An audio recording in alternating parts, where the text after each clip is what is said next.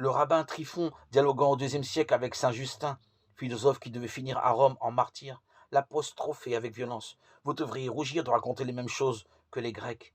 Il vaudrait me dire que ce Jésus fut un homme parmi les hommes. N'allez pas parler de prodige si vous ne voulez pas qu'on vous accuse d'être aussi fou que les Grecs. S'agissait-il d'un sentiment partagé? L'évangile attribué à Matthieu a été écrit, indiquent les spécialistes, de façon à convaincre les Juifs que les actes et les propos de Jésus accomplissaient certaines promesses de Dieu dans l'Ancien Testament, qu'il était donc le Messie attendu par eux. Et c'est ce qu'il fait cette fois. Tout cela pour que s'accomplisse ce que le Seigneur avait dit par le prophète. Voici que la Vierge concevra et enfantera un fils auquel on donnera le nom d'Emmanuel. Il faut d'abord noter que ce texte apparaît comme une incise, une parenthèse dans le récit du songe de Joseph, presque comme s'il avait été rajouté après coup. En outre, le prophète auquel il se réfère est Isaïe, mais le texte d'Isaïe était en hébreu et parlait de la mère d'Emmanuel comme d'une jeune femme.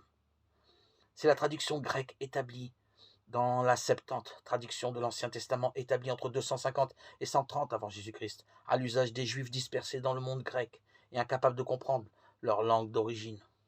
C'est cette traduction, donc, qui en fait improprement une vierge.